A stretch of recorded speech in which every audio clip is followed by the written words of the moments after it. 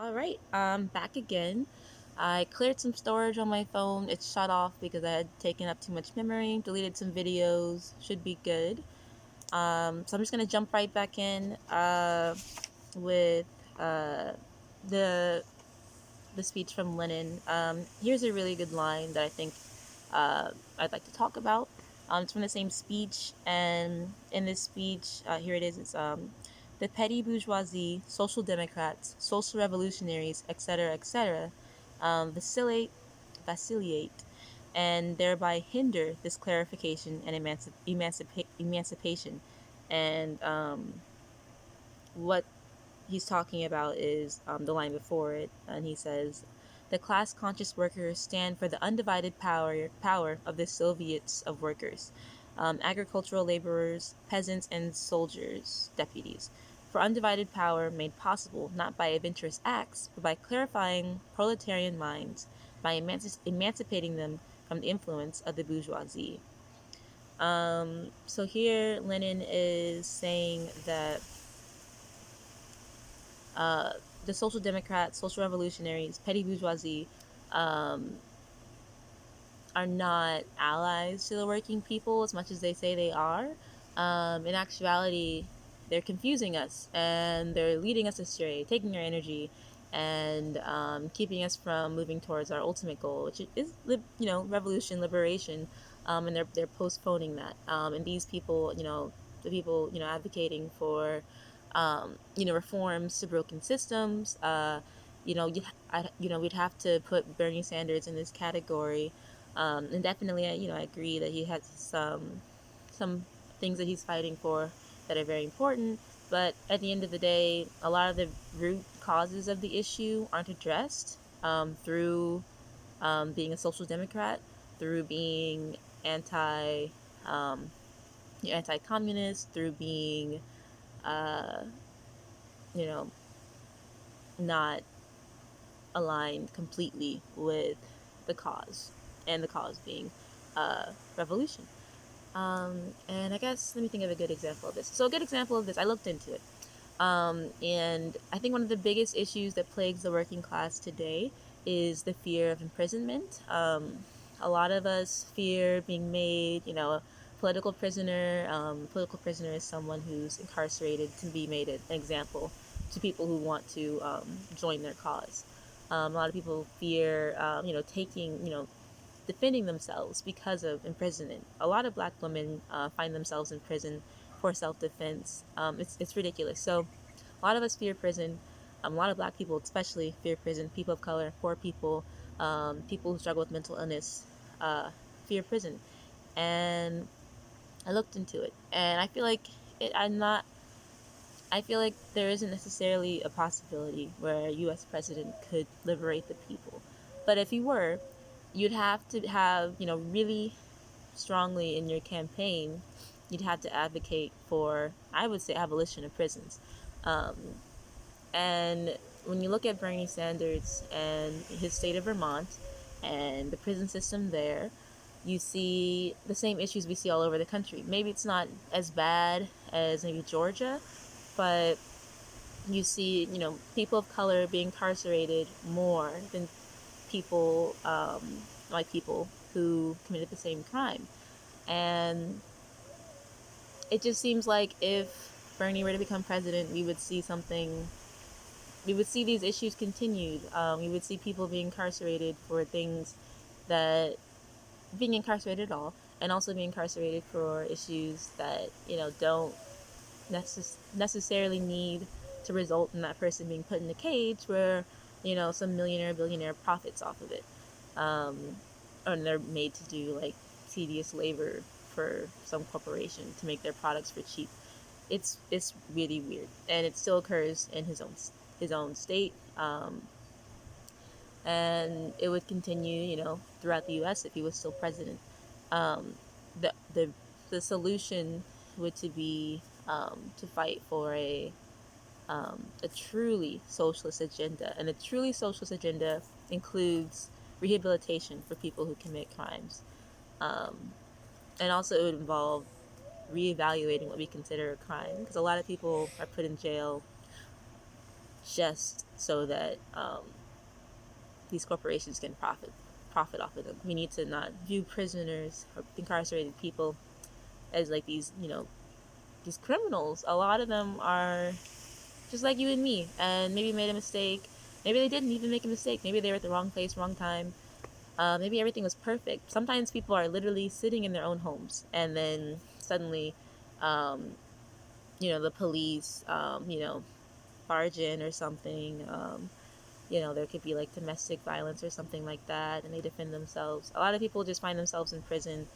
They never thought they would be there, and it's totally 100% unnecessary. Um, so yes. So I'm just gonna continue on. Um, so let's see. So, a small scale way to build dual power is by considering what people need in order to live and prosper. These things being education, food, water, housing, mental health care, and security from violence. And all of these things we can create systems within our communities that benefit, our people in relationship to these necessities. Um,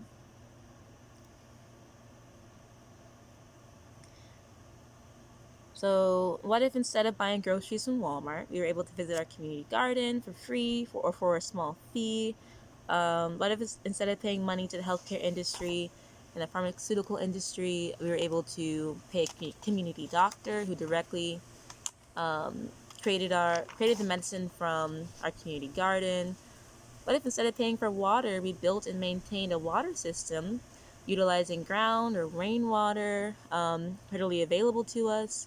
What if instead of using cars, we had a community bus system that we were able to fund ourselves?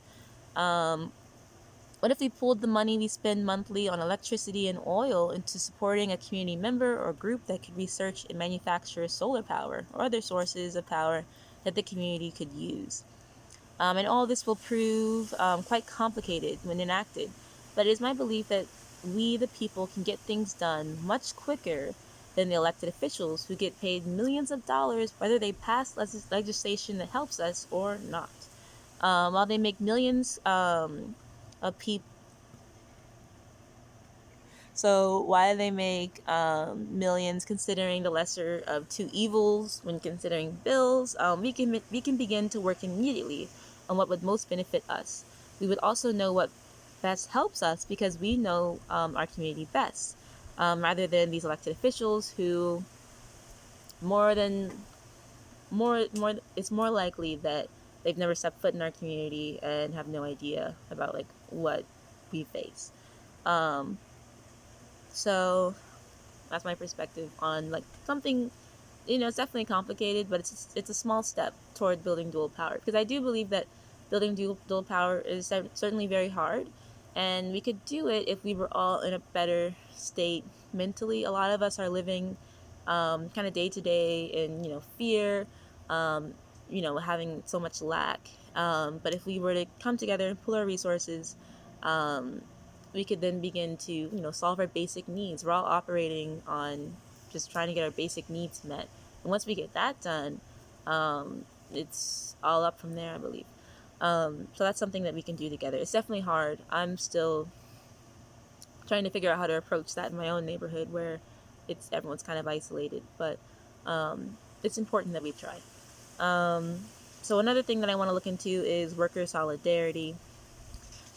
I guess this doesn't have too much to do with bourgeoisie elections. I guess it does, because in order for us to create a system that rivals the power of our electoral system, we need to begin by seeing each other as comrades. And by each other, I mean other working class people. And a lot of us here have this belief that people who work low paying jobs aren't necessarily essential to society, or that they're not working hard enough. It's just ridiculous. So we should respect each other, help each other when we can. A lot of people don't want to be talked to when they're out, but give them a smile if you can. They seem receptive. They have headphones in, maybe not, but maybe spark up a conversation with somebody after the social distancing thing is over. Really try and connect with people again. because those connections can lead to other connections, which then lead to networks where it's that's how it all starts. I wouldn't have even gotten into these type of this line of thinking if I hadn't reached out to people and formed these connections. I went to my first real protest, and it was like an anti-Syria war protest, and I managed to talk to the people there, and from talking to them I learned so much. I began to organize with them, and I guess like 3 months later I was hosting my own protests with them, and that was amazing. And it all started from me just having the will, I guess, to form a connection with someone I didn't know, because I knew it was important. And that someone I didn't know was someone who was in a similar position to me, someone who was against the U.S. involvement in Syria, U.S. Imperialism. Let me define that.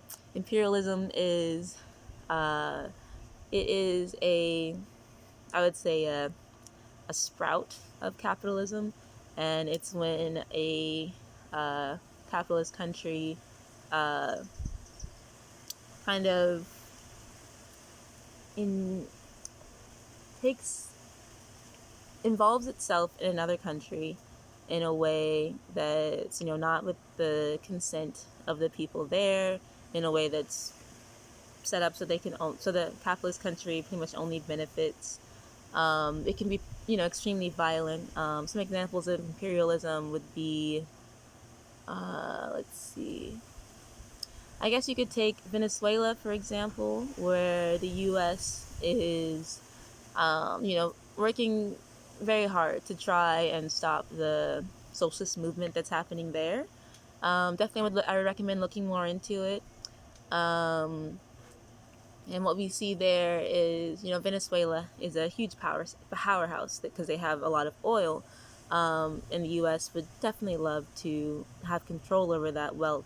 So they're constantly trying to sabotage the country. There's sanctions on Venezuela right now, and these sanctions make it so that the Venezuelan people can't get certain medicines, certain food goods, etc., into the country that people need um, to live a good life. And this causes tension and makes it very hard for the country to progress in an efficient way.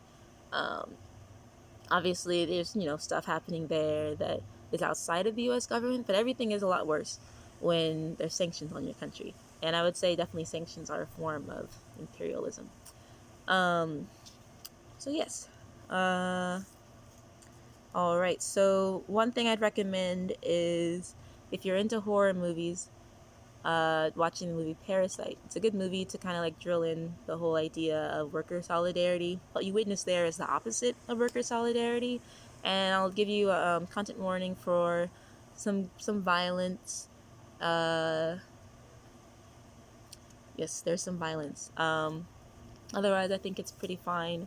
Um, and I would recommend looking at the plot before you watch it if you're not into like super suspenseful horror movies. That's what I did, and I thought it was really good, really well done. And that movie takes place in South Korea, which we can learn a lot from South Korea, because South Korea is very similar to the U.S. in that both of them have a capitalist country, where profit is more important than uh, the well-being of the people. And you see in South Korea a lot of people trying to get there's a limited supply of jobs, and that makes everyone view each other as like competition, when really they should view each other as comrades against the force, which is the I guess you could say the U.S. government, and their elected officials who operate based on profit.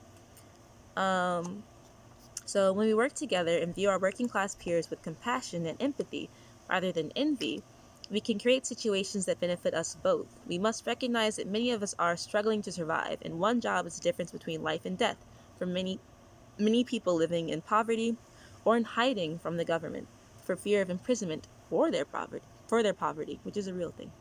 Um, Little things can help show solidarity to our fellow workers, like tipping, because we know that the worker isn't being paid a living wage. We can support their passions. If you have a friend or coworker who does something outside of of their job, like painting, gardening, or writing, we can support them by listening to them and encouraging their passions. If if we can, buying their products rather than a product from Amazon or Walmart is a good idea. We need to begin trying to circulate our wealth amongst each other more than funding the capitalists. It is also good to support businesses that are created and run by those who have been systematically oppressed, such as women, people of color, those with disabilities, homeless people, trans people, etc. However, keep in mind that just because someone holds a certain identity doesn't mean that they can be without some faults. And this is where I'll say, black capitalism isn't better. It's still capitalism. So looking, consider that, and I'll just mention again, just because we had, Obama as president, he wasn't an incredible person just because he had brown skin. So I'm advocating for the supporting of businesses run by minorities, but at the same time, don't just blindly do that. Understand that just because someone holds a certain identity, they're not immune to being a capitalist sometimes. So watch out. Um, so let's see. More ways that we can practice compassion for our fellow workers is by recognizing the immense strain they are under. The same strain that we all face. However, it may affect some people differently. So have compassion if a worker comes in late or has to call off someday. They may have a sick family member at home that they must look after. They also may just be tired. So many of us are very tired and very sick, mentally and physically. The suicide rate in America is ridiculous. We should recognize this and practice patience with our fellow people, fellow human beings. And I'm just gonna throw this in there. I think, as a spiritual person, I believe that practicing compassion has the ability to heal the soul and thus our society. When we look at our fellow human, plant, and animal as important members of this world, we can recognize their uniqueness and celebrate our differences and commonalities. We create an invisible bond that is strong enough to create a future where we are free and living in harmony. Capitalism is a new concept.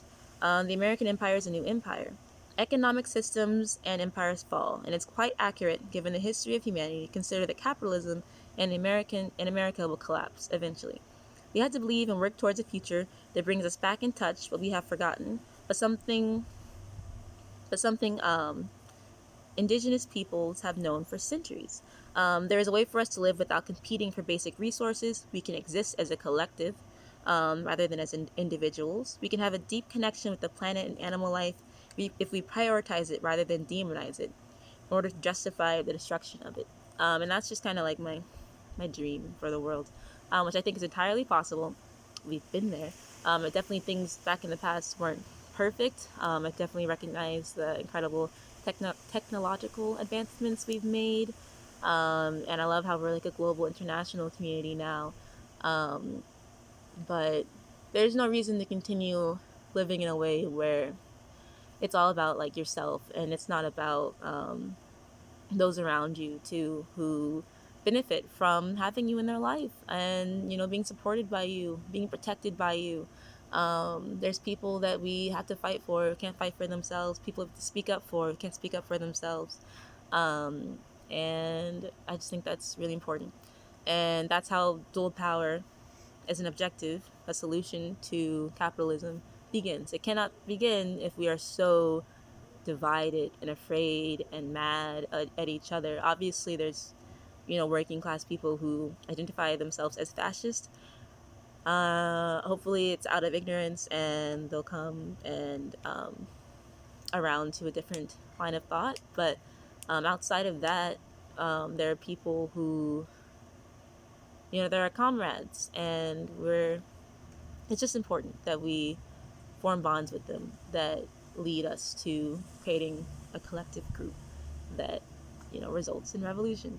It's a lot of steps between that. This is just one video, but that's my video on electoral politics. Thanks so much for watching. Thanks for supporting the Forge, uh, and thanks for spending time with me. The sun is setting. Quarantine is weird, but if you can take this time to do some inner work, sit with yourself, sit with your thoughts, generate it's really hard to do this. But try and generate some joy, and from there you can operate more easily in a way that is compassionate and strategic. We cannot be rational, human beings if we're so flooded with fear and anxiety. And I know it's really difficult to manage that now, but that's something we can work on for sure with all this time with ourselves. So yeah, thanks so much.